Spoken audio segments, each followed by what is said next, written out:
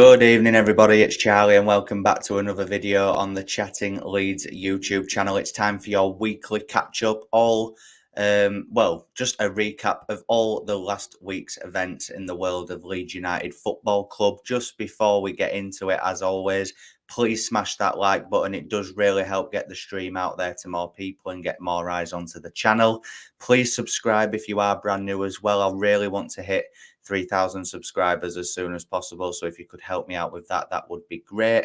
Hit that notification bell, and of course, continue to keep getting your comments in throughout the stream, and I will get them up on screen. There's a lot to get through in tonight's stream, guys. There's a few topics that I feel like we need to get aired out and just have a little chat about, which will be interesting to see all of your guys' opinions on it. But I will just get into a few of your comments straight off the bat. Edward saying he can't come on the live, but he will watch it later. No worries, my friend. That's absolutely fine. My expert life in Colombia saying, I don't want to see Ayling, Bamford and Cooper anywhere near the starting lineup. Every time I hear those names, I get sick to my stomach. Okay, fair enough, mate. Fair enough. Why have we wasted 7 mil on a player 1 year older than our good youth players? And as an interesting point is that, Warren. I'm not quite sure I agree with the point that you're making there, but we will be coming on to the Ethan Ampadu signing shortly, so make sure that you stay tuned. Jason saying, evening, Charlie. Just got back from Turkey after going out there to get married. Congratulations, mate. Oh, you had a good time over there. I'm actually going to Turkey in about 5 weeks' time for 2 weeks. So yeah, really excited to get away and have a nice break. That'll be nice. Max saying, in response to Mike's back life in Colombia, where do you expect Bamford or Ayling to go? We got 6 players on loan that brought us down here, still paying their wages. We're fetching new players in, big wage bill. Yep, exactly. That is a good point as well. JC's in the building as always. Evening, mate. How we doing? Julie's saying, evening, Charlie. Hope you're well. Yeah, I'm good, Julie. Thank you. Hope you're good too. I see we have another deserter in the camp. If they don't want to play for the shirt, sling your oak, all of you, rant over. Yeah, again, we'll be coming on to that as well. Good evening, Hill Football. How we doing? What looking good for Leeds? 1 player in. Yeah, it is. It isn't concerning, but it's a little bit, baffling at the minute. I can't lie. Evening, Kevin. Afternoon from Wisconsin. Great to see that we've got some Americans involved in the chat. Right then, where shall we start? Let's start with the Ethan Ampadu signing. It was probably the first thing that happened this week. Obviously, the takeover was also announced as well. It all kind of happened on the same day. But with regards to Ethan Ampadu, obviously, let's just go back to Warren's point. Why have we wasted 7 mil on a player 1 year older than our good youth players? I wouldn't see it as a waste at all. Actually, I think it's a very, very good and very smart signing by Leeds, in all fairness. I think Ethan Ampadu, given the fact that he is 22 years of age, has still got a lot of experience. He's played in the Premier League for Sheffield United. He's played at RB Leipzig in Europe as well. He's played at Spezia in Italy. So he has got a lot of first team minutes, and he has played at the World Cup with Wales as well. He's a Welsh international. For me, he is a Premier League player, and the fact that we have managed to get his signature, I think, is really impressive. I've not heard about any Premier League clubs potentially being interested in him, but if they were, and we've still managed to get it over the line, then he must really see a future with this club, and he must be really buying into what Daniel Farke and the 49ers are really wanting to do at Leeds United, short term and long term. He has signed a 4-year deal with an option of a 5th. So, there's definitely opportunity for him, to progress at Leeds United, and I think it could even develop his game a lot more. I, for one, am really happy with it. I think it's a good first signing of the window. Still more to be done, in my opinion. A lot of people are alluding to it. It's only one signing through the door, and I get that. I'm sure that there are deals potentially waiting to happen or deals that are maybe nearly done in the background. I think Phil Hay shared at one point this week that Leeds United are looking at getting the goalkeeper sorted next. Obviously, Carl Darlow looks set to be joining Bournemouth now. Although his family apparently favour a move to Leeds because it's closer to them. It's an odd one as well because I don't think Bournemouth, I don't think Carl Darlow would be starting for Bournemouth. Correct me if I'm wrong. But I think if he came in at Leeds, I think he would potentially be our number one keeper. So yeah, it is an interesting one. Obviously, there's Nat Phillips being mentioned as well from Liverpool. He would be a really good addition at centre back, in my opinion. And then you've got Glenn Kamara at Rangers. A lot of Twitter accounts, a lot of journalists, a lot of foreign outlets were suggesting that this deal for Glenn Kamara is all but done for about £5 million from Rangers. Again, that would be another smart squad signing to add in. But again, there's nothing really concrete from the likes of Phil Hay, Graham Smith, Fabrizio Romano, anyone like that, suggesting that Leeds are getting any more deals done anytime soon. I expect this week coming to be another busy week. I think we'll get another signing through the door at least, maybe even two, in my opinion. As Fabrizio Romano did share at one point this week that Leeds United will be busy over the next week, as there's a lot of positions that they'd like to fill, which again excites me, it intrigues me. And a lot of people have been saying, that they like the fact that the 49ers are kind of moving in silence. I do, but at the same time, I'm a little bit frustrated that there's no concrete rumors that we can come on here and discuss, that I can do videos on, shorts on, for example. I like that they move discreetly, but at the same time I don't, because I would like to know who Leeds United are interested in. Ethan Ampadu was not a name that we'd seen being leaked. It wasn't a name being rumoured. It just came out of the blue on Monday by Phil Hay, and then it was done by the next day. So yeah, let's just get into a few more of your comments. JC's saying, I thought Ampadu was our best player against Monaco, showed some quality on the ball and added something to the midfield we have missed for 18 months. Yep, we'll be discussing the Monaco game in a bit more detail shortly. He's a full international with loads of experience. That's why we brought him in. Was easily the best player yesterday. Yep, a lot of you are saying the same things. Sin Adams, the rest can go. Big up from Colombia. I think we still lose 3 or 4 players before the end of August. Yeah. Just on that point, obviously, there's rumours about Max Verber now. There's rumours about Willie Gnonto. Adams potentially could still go. Harrison could still go. So I agree. I think we'll lose another 2 to 3, in my opinion. I know it's not much difference from what you're saying, Jay, but I can't see us losing another 4. I think we'll lose maybe 2 or 3 more before the transfer window closes. So we need at least 6 or 7 in the door before then. Yeah, and look, I think people forgetting that the transfer window closes on, I believe it's the 1st of September or 2nd of September, which, that's after the season starts. It's nearly a month after the season starts. So as long as we've got a few more signings through the door in the next 2 weeks, deals can still happen after the season has started. So, bear that in mind. Whatever squad we have for Cardiff will probably not be the same squad that is here after the deadline for the transfers is done. So just bear that in mind. Do you think Dan James played well? Why is Bamford still on the starting lineup? If we get stuck with the players that brought us down, we should get worried. Yeah, as I say, guys, we'll be discussing the Monaco game in a minute. I don't think we'll see Leeds going out of the club to fill Fabrizio or Pope. Ampadu came out of nowhere, so I think it will just happen. Yeah, probably. You're probably right there. Knowing how the Niners operate over here, the next signing could easily be someone no one has heard of. Yeah, potentially.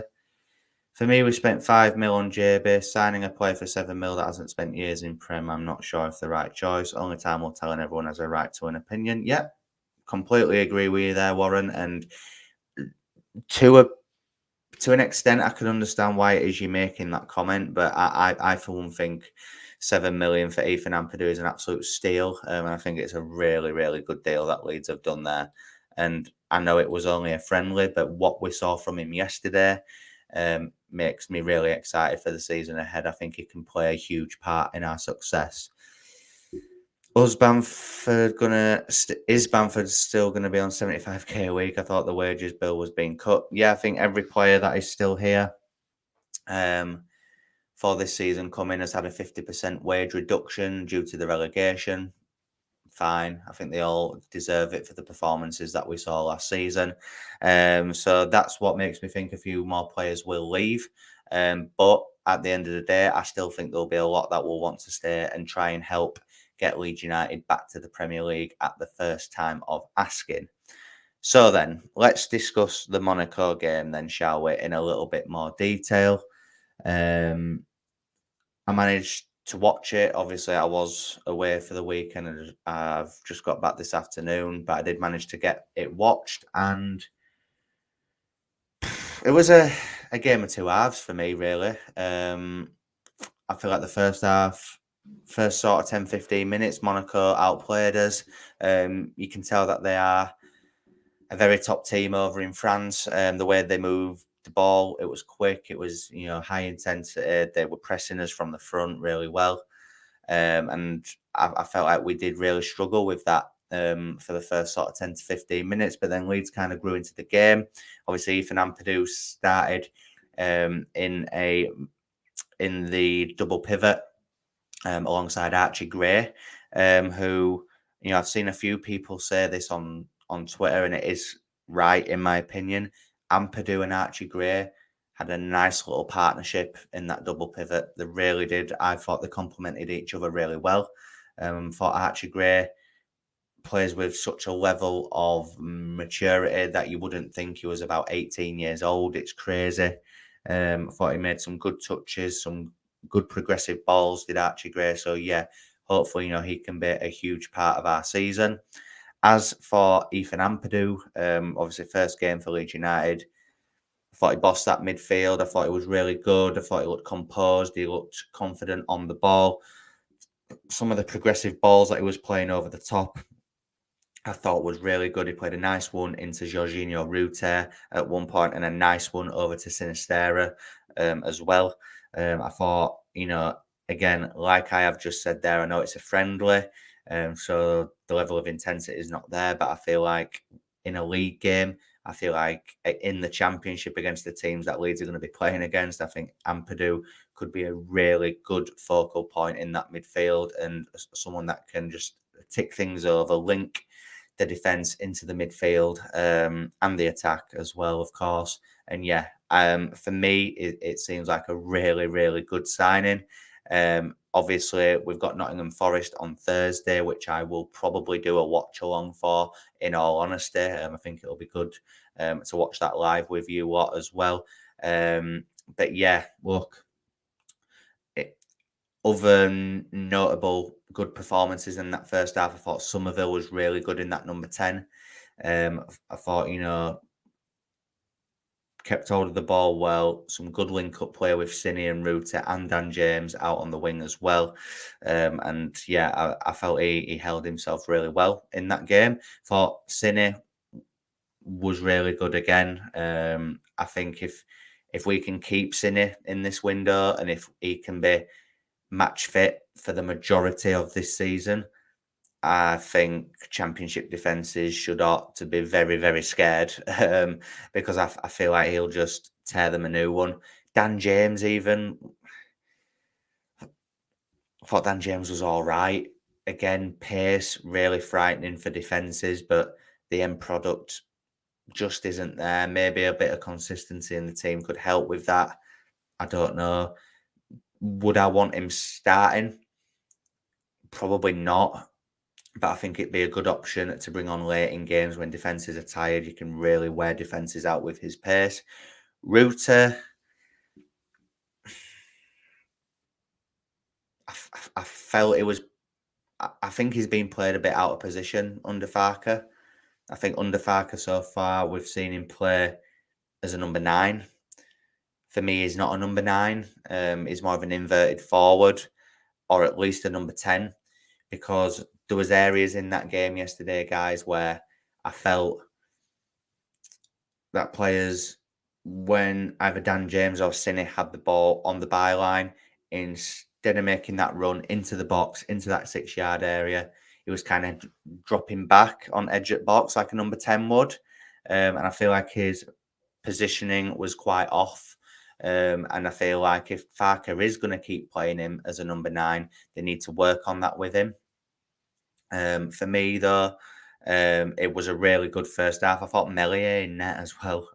Again, I know it's a friendly, but I thought it was decent. I thought it was all right. If we managed to keep Meslier, would I mind him starting in the Championship? I'm not too sure because he's had a shocking 18 months, in my opinion. Maybe it is time for him to leave. I actually have him down as one of the players that I think will leave before the end of the window. But if he stays, I'd have him as a backup keeper. I do think we need another goalkeeper that's more experienced within this league and in England in general, which is why I think a Carl Darlow would have been a good signing. But there's also Angus Gunn being linked. There's also Freddie Woodman being linked, which I think would be very good options as well. So we'll obviously keep his eyes peeled on the goalkeeping situation. I thought the defence was okay. Obviously, it started off as Ayling, Struijk, Cooper and Hjelde. I think Hjelde's done okay at left back in the pre-season games that we've seen. But that still doesn't mean that Leeds don't need a left back. We definitely do need a left back. Obviously, Charlie Taylor's being linked with a return to the club. I wouldn't mind it, in all honesty. I'm just being straight up and honest with you guys. I can understand why people don't.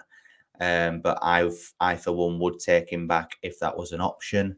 But the second half, obviously, there was a lot of changes made. Obviously, Bamford came on, Gellert came on. Who else came on? Cody Drame, Charlie Cresswell, Sam Byram, who is at Leeds United on loan. Felt like I'm throwing it back to 2013, and you've got Cooper and Sam Byram in the same squad for a game. It's crazy. Sam Byram came on at left back. He did all right, in fairness. And obviously, Farker said after the game that they've not made a decision yet whether they're going to offer him a contract. But obviously, he did say that he's a very good player for the Championship. Again, if we signed Byram again, if it was just as a squad option and Lee's got in a proper good left back, I wouldn't mind it, in all honesty. I wouldn't mind it. Thought Cresswell looked good when he come on. I thought he was decent. Cody Drame for me is so much better than Luke Ayling. I want Cody Drame to stay at the club and be our starting right back 100%. But obviously, the main takeaway from the game yesterday is that defence into midfield, I think we're all right. Still need to make some signings within those areas, but I think it's getting there. But the final third, we are massively lacking. I mean, there was one instance, I think it was shared on Twitter, where Dan James has ball. I think this was in the second half, cutting in from the left. Luke Ayling is literally on his own on the right-hand side. No one in sight. If he gets the ball and has a shot, he may score, right? And he's got his arm up, he's screaming. And Dan James just keeps running and running and running and running, overruns it and gets dispossessed. That just summed it up for me.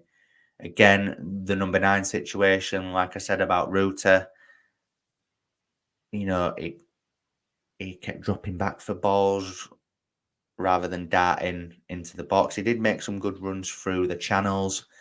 But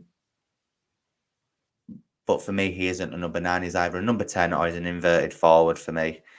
They seriously need to get a number 9. A competent number 9 that can score goals in this championship. Yul Perot is a name that keeps getting mentioned. Even on the Swansea side, they've confirmed that Leeds United are heavily linked with him, and apparently he was having talks with the Swansea board about his future. He's being valued at about 15, 16 million. Pay it. Just pay it. People might think, oh, he's only proven in the championship. Well, guess what, guys? We're in the championship and we need to get out of it. This guy scored 23 goals last season. He scored 19 goals the previous season for Swansea. He's proven in the championship. Get him in and help us get up. And then if we get up, give him a chance in the Premier League. I think if he goes to a Premier League team, he's not going to play as much, in all honesty. So come to Leeds United, get us up, and then you can have a Premier League career with us, hopefully. Obviously, I do feel like a number 10, like a playmaker, would need to come in as well. Gustavo Hamer, Elias Chair, names that have been mentioned. I would be fine with either of those. I think, again, with Hamer at Coventry, is being valued at about 15, 16 million as well. Again, maybe wouldn't go straight in with the 16 mil. I'd maybe negotiate a little bit on that. But again, it's a deal that can potentially be done. Go and do it. Be smart and go and get these players in, and we can cook this season. Trust me. Trust me.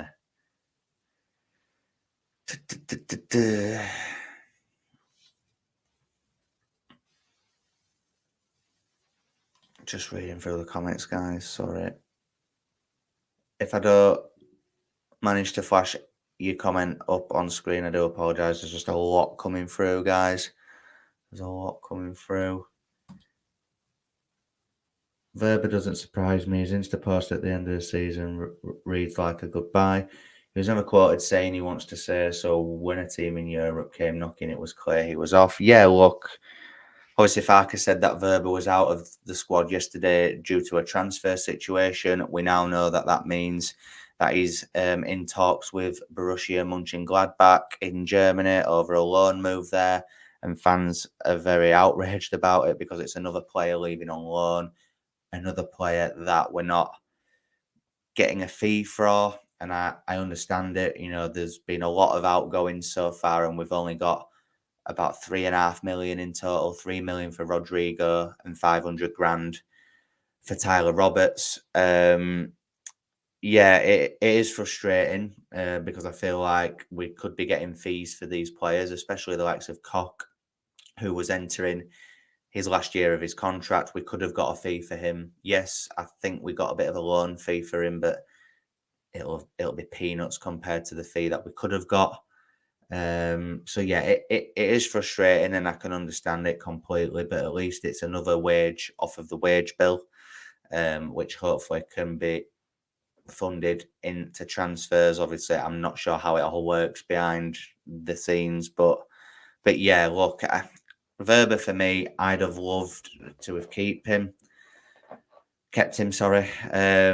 I feel like he could have been a good player in the championship, but as a lot of you have said, and it's right, if a player wants to go, see you later, mate. There's no point in keeping players that don't want to be here because it'll affect the performance, which ultimately affects us massively. So if Wober wants to leave, fair enough. Yes, we paid 10 million quid for him in January. So it isn't a good deal at all. But again, Victor Orta put these crazy clauses in these contracts. He is to blame for all of this. And like you say, as long as we bring the right reinforcements in, hopefully it's something that we can maybe forget about for the short term at least. Oh, I've already flashed that comment up. Why are we not selling instead of selling them if we don't go up on the... I'm not sure I understand that comment, Mark. Sorry about that, mate. If we could get Kamara, Darlow and the kid from PSG, that would be great next week. Yeah, obviously, Edouard Michou from PSG was linked through the week as well from Fabrizio Romano, so that must be a genuine link. He spent last season on loan at Sunderland. Again, a player that I'm not really familiar with. I don't proclaim to know a lot about him. According to Sunderland fans, he was just an average player. He was okay. We don't need average. We need players that are going to come in and do a job. If we sign him, though, fair enough. But I do think we would definitely need more. We need more player like him, Charlie. The hunger for the badge. Yeah, exactly. All of those players leaving is exactly why we got relegated. They were not bothered. Don't want any of the players loaned out to come back. We will just end up with the same players with the same contract. Yeah, exactly. And I think the hope is with these loan deals that even if we do go up, if these players perform reasonably well whilst out on loan, that they can make their transfers permanent, and that's where we'll get the money. So hopefully next season we'll start to see fees coming in for these players. We still lack a huge amount of football IQ in the final third. Yeah, couldn't agree more, Jay. Some of the decision making is just woeful, which again, we need to be getting some serious operators in that final third, likes of Gustavo Hamer in the number 10, the likes of Yol Perot up front, and then added with the players that we've already got, Nonto, Cine, potentially Jack Harrison, Rutter, it'll all mix together nicely, and hopefully it can be successful. Cine will never be fit all season. Have you not seen his record? Yeah, completely agree. But that's why, if we manage to keep Harrison, if we manage to keep Nonto, Rutter, Dan James, we have got options. I was saying, if Cine can stay fit for the majority of the season, then I think he'll be a huge asset, obviously. James can't finish a Sunday lunch like Bamford. Yep, exactly. Which is why we need to do better. Rutter looks better, dropping deeper, picking the ball up and playing the balls in to the channels. He's passing his top draw. Yep, exactly. Which is why I think a number 10 is probably his best position. For me, Jay's also saying that we need a goalkeeper, left back, centre back, cam, and a striker minimum. Yeah, of course, mate. 100%. That defo goes without saying. With you on Drama and Cresswell, yep, they did perform well yesterday. With Perot, I will say, is although it's reported we have made contact with Swansea, the same article said he isn't a priority for us, so we will have to wait and see. He should be a priority for us, mate. He should be a priority. Melia conceded a goal from a header from the edge of the area. Yeah, but come on, mate. It was a good header, that. The guy who scored that header, it was a well-positioned header. I'm not completely blaming Melia for that. If you could argue that Cresswell's kind of at fault there for not getting tight enough to that man. But, it again, if it's a league game, I'm probably sat here slagging him off, but you can't really read too much into a pre-season game, really, mate. We haven't lost the money on these players we can sell next year. Yep, exactly. Really hope Leeds can arrange a friendly with Otter's new club next season. Then the Leeds fans can let the fraud Otter know what we think of him, what of our specimen he has been. I think he'll be aware of what we think of him. I think he'll definitely have some form of social media. So, yeah, he will have definitely seen it. With a 50% pay cut and ability to be loaned out, why stay? Yeah, but I feel like a lot of these players, Ted, have got massive egos. A lot of these players, they were all garbage last season, but yet they've got the ego to think that they're not good enough for the Championship when they are the players that got us in the Championship. So I kind of agree with your point there for like the better players maybe, but the players that have gone for me were garbage and they deserved a 50% pay cut. They deserved it to not get paid at all, in my opinion, some of them at times were that bad. Wasted money. We bought youngsters at a good price. Give them the chance. We spent millions last year. It got us relegated and they jumped ship. Yeah, exactly. That's why I think, Warren, that it'll be a mixture of experience and youngsters that play this season. I think it'll be hopefully a nice blend. And I think Farker can really get a tune out of this squad once we make the right additions, hopefully. I agree, mate. Perot should be a priority, but they reckon a left back and goalkeeper is what we want first. Yep, fair enough. If that's the order of which they want to do things, great. And I think the attacking players that we've got will hopefully do us maybe for the first 3 or 4 games until the window closes, but we still need to address the cam position, i.e. the number 10, and a number 9.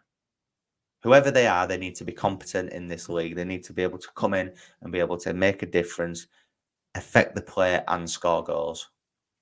And that's all we ask for. We only really need to get, in my opinion, maybe one number 9, because we've got Ruta, we've got Matteo Joseph, Bamford. Again, not saying they are the best options, but it is some level of depth. Maybe 2 strikers would be the ideal option. Yeah, fair enough. But I'm just thinking realistically, if we realistically just sign one number 9 and a number 10, I would be happy with that. And then maybe go again in the January window to get another striker. Maybe that's the way that they'll go. Who knows? Only time will tell. Sad that Wober, who wanted to stay, now wants to leave. Why? So we're going to need at least 7 players in to replace the leavers. Things are not good and players need to be brought in sharpish. I get the panic in a lot of these comments, I do. But like we've said, the 49ers will be doing work in the background. The fact that there's no leaks, the fact that there's no rumours doesn't mean that things aren't getting done. Look at Ethan Ampadu. That signing came out of nowhere. Nobody knew Leeds were linked with him. There was no even link saying that we were interested, no talks, nothing. It was just done within 24 hours. So hopefully a lot of deals are getting lined up in that same way. That's all. That's the thing that I'm hoping for anyway. I'm not getting too worried yet. It's 2 weeks today until we play Cardiff. In the first game of the championship. 2 weeks is a lot of time in terms of transfers. Leeds could have 2 or 3 signings through the door by then. Hopefully that is the case anyway. Hopefully that is the case. In my opinion, Rutter just doesn't have it. Sorry, I don't see him coming good. Yep, fair enough if that's your opinion. I personally think with a run of games and a bit more consistency, he can be a real asset to us. But again, fair enough if that's your opinion. When do all these loans hit the books as far as FFP? Assuming not until after they're officially sold at a loss or a profit. I would say so, Kenneth. Yeah, I would say so. I think there's only a certain amount of loan exits we can have anyway, and I think if Verba goes, I think we hit that limit. So once Verba goes, if there's any more outgoings, it can't be on a loan. It has to be permanent. So at least that's the good thing. If Verba goes on loan, and then if teams come in for the likes of Nonto, Cine, Harris and Adams, they will need to be sold for a fee, which is good.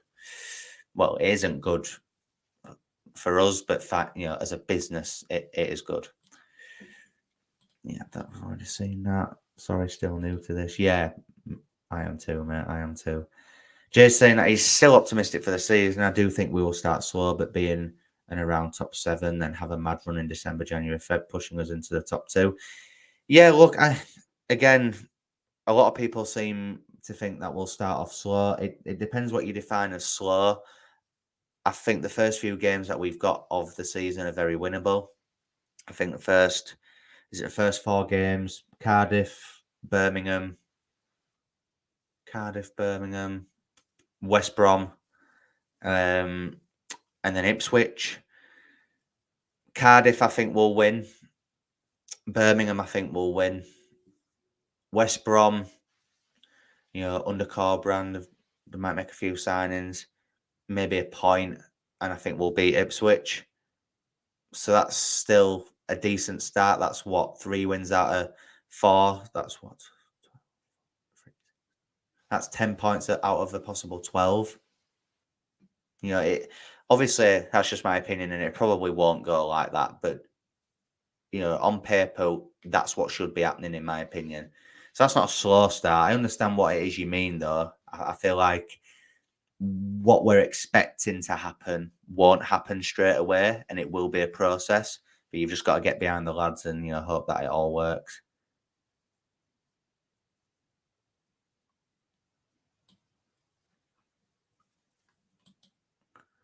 Vultures will be circling though. Come deadline day, Adams, not no Harrison, Melia will all have bids in the thingy.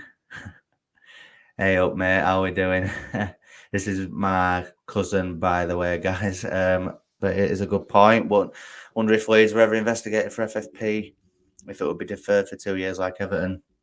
Probably not, mate. It's Leeds, innit? We all know this. We've spoken loads of times about it. I think Everton are a club that just seems to just remain in the Premier League, no matter how bad they are, no matter how bad things are there behind the scenes. Whereas if Leeds were probably doing the same things as them, it would probably be a lot more punishment for us. But who knows, mate? Who knows? We said that about the 4 games last April. Yeah, I know, mate, but come on, that's Premier League. This is Championship. Charlie, I don't rate Greenwood. He should have gone on loan. Yep, I don't either, mate. Really not. Wouldn't be part of my plans anyway if I was in charge. Do you know when Tyler Adams will be back for? Yep, that's another good point to bring us on just to end the video on. Obviously, Farker said after the game yesterday that Jack Harrison, Tyler Adams, and Junior Firpo will all miss the start of the season. Firpo has got a ligament injury, which means he'll be out for about 4 or 5 weeks. Adams is still recovering from his ankle injury, and Jack Harrison's got a hip problem. All 3 players are not expected back until at least after the first international break of the season. Which is why for me that we will see a left back signing, we will see another midfield signing as well, and we will see a forward player come in at least before the end of the window if it's not by the Cardiff game. I expect another 2 signings minimum over the next 2 weeks, maybe even 3 before the Cardiff game, so hopefully I'm right there. Bamford make the opponent more confident. Yeah. We're always rubbish in January and Feb. Yeah, it's always a little bit of a lull for Leeds, isn't it? Halfway through season. But, well, I might be being a little bit cocky. I might be being a little bit overconfident and naive. But I think if Farker gets this right, if the 49ers bring the right players in, if the recruitment's good and Farker's style of play comes together, I think over the course of the season, I think we will go up. But again, all those things need to happen, though. If all those things don't happen, then my opinion will definitely change on that. I remember everyone saying things like this last year, easy start should win games, never materialise. Yeah, but come on, Wilf, mate. It was Premier League last season. We're playing the likes of Man City, Man United, Liverpool, Chelsea, Spurs, Arsenal. You know, it's a different kettle of fish, mate, innit? Everton have got a team of fighters. Leeds were shocking all season. That's why we went down and they stayed up. Yeah, I agree with you there. Everton had the fighters in their team. They had the experience in their team. And they also had Goodison Park, which they made a fortress. Unlucky for our players, Ellen Road is a great atmosphere when it's good. But when it's bad, it can be really, really toxic. And obviously, I feel like from that Crystal Palace game, definitely onwards, it was just a downward spiral, wasn't it? So, yeah, not good. But, yeah, hopefully it'll be more positive over this season. Things, hopefully, that we'll see this week, then hopefully another signing. Hopefully, we'll get a bit more clarity on the Max Verber situation as well. We've got Nottingham Forest in pre-season on Thursday and then Hearts next Sunday afternoon in our final pre-season game where we should hopefully see a starting 11, which is going to be similar to what Farker plays against Cardiff with. So that will be very interesting indeed. And yeah, keep your eyes peeled on socials for all the latest Leeds United news. I will be doing shorts throughout the week whilst at work if anything is said, anything is shared, and obviously I will try and get uploads out throughout the week as well. Just before we end the stream, guys, just want to thank everyone that's been involved in the chat. There's 52 of you in the building. On your way out, please smash that like button. Please subscribe. We're on the road to 3,000 subscribers. If you could hit that subscribe button, that would be very much appreciated. And obviously, if you hit the like as well, it gets this stream out to more people and gets more eyes on the channel. Please hit that notification bell so that you're always aware of when I'm uploading and going live. And of course, get your comments in after the live stream has ended. You've all been great. Enjoy the rest of your evening and your week, and I'll see you in a bit. Cheers.